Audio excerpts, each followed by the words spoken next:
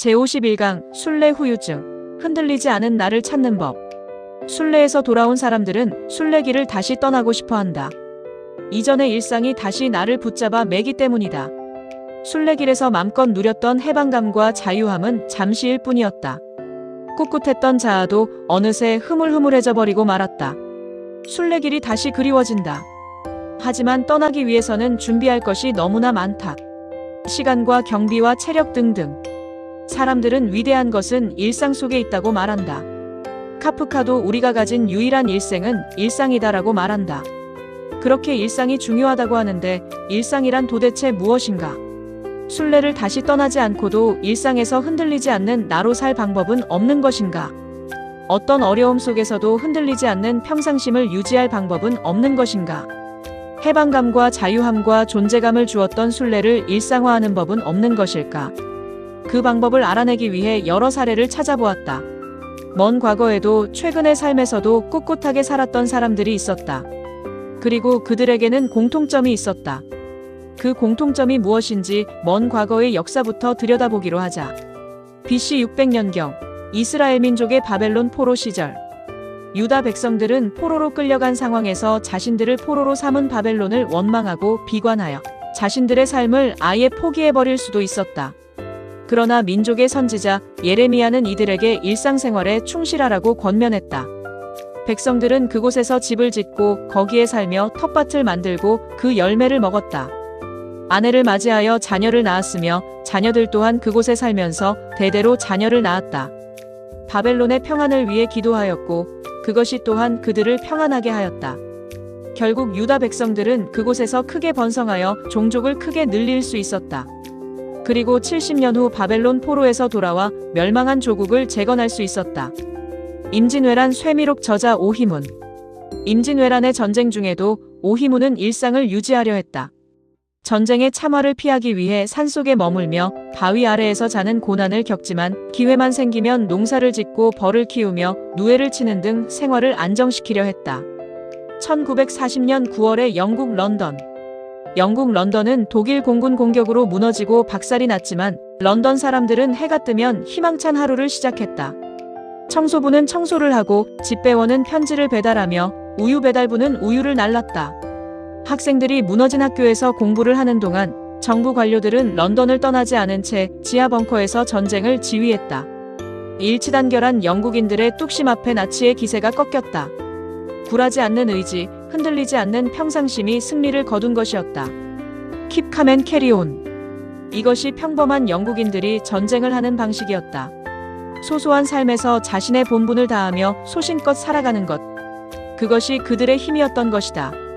우디 앨런, 헨리 스탠리, 칸트. 우디 앨런은 글이 써지지 않을 때 샤워를 했고 참혹한 아프리카 밀림에서 탐험가 헨리 스탠리를 지켜준 건 매일 하는 아침 면도였고 철학자 칸트는 건강을 위해 매일 오후 3시 30분 집 밖으로 나갔다. 위대한 사람은 자신만의 일상으로 맹렬한 불안을 맞섰다. 그렇다. 삶은 그런 것이다. 언제까지 지속될지 알 수 없는 상황에서도 자신만의 일상을 살아내는 것이다. 그것이 나를 살리고 공동체의 일원으로서 회사와 민족을 살린다. 하지만 언제까지 일상에서 흔들리지 않는 평상심을 유지하기란 쉽지가 않다. 나를 지탱해줄 존재 이유가 없으면 일상에서 쉽게 무너진다. 왜 그럴까? 나를 돌보지 않고 앞만 보고 가기 때문이다. 이제 우리는 앞을 보는 삶에서 나를 보는 삶으로 시선을 바꿔야 한다. 무너진 일상에서 인생을 포기하지 않고 자신을 살린 한 여인을 소개한다. 두 아들을 키우는 엄마가 있었다.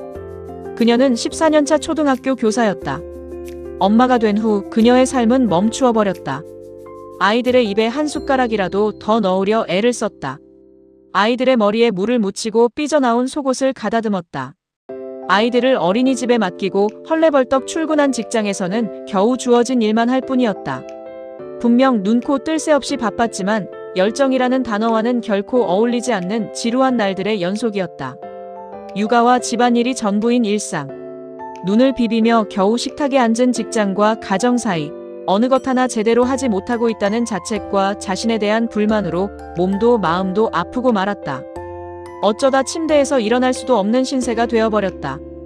우울증 증세도 왔다. 인생을 포기할까도 생각했다. 그러나 어느 날 깨달았다. 내 안에는 내가 없다는 것을. 삶의 한가운데에서 나다움을 잃고 허우적거리는 자신을 발견했다. 이대로 있으면 죽을 것 같아 그녀는 일어났다. 매일 걷기로 했다.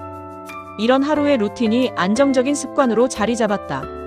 걷기가 그녀의 온몸을 깨웠다.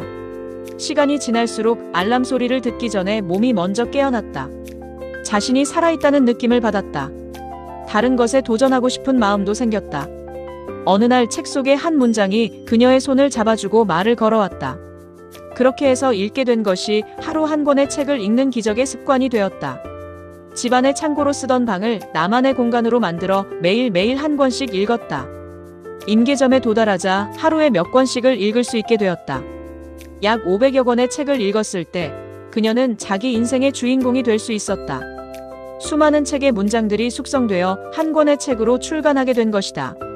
그 책이 정예슬 씨의 슬기로운 독서 생활이다. 그녀는 이제 교사 생활을 뒤로하고 작가와 교육 인플루언서로 다양한 삶을 살고 있다. 자신은 물론 제 가족의 공간도 더 잘 보살피게 되었다. 그렇다. 앞을 보는 삶에서 나를 보는 삶으로 시선을 바꾼 것. 그리고 자기만의 일상의 루틴을 만들어 지속적으로 이어간 것이 그녀를 살린 힘이 되었다. 여러분에게는 자신을 지켜온 어떤 하루의 루틴이 있는지요? 벌써 강의를 끝낼 시간이 되었네요.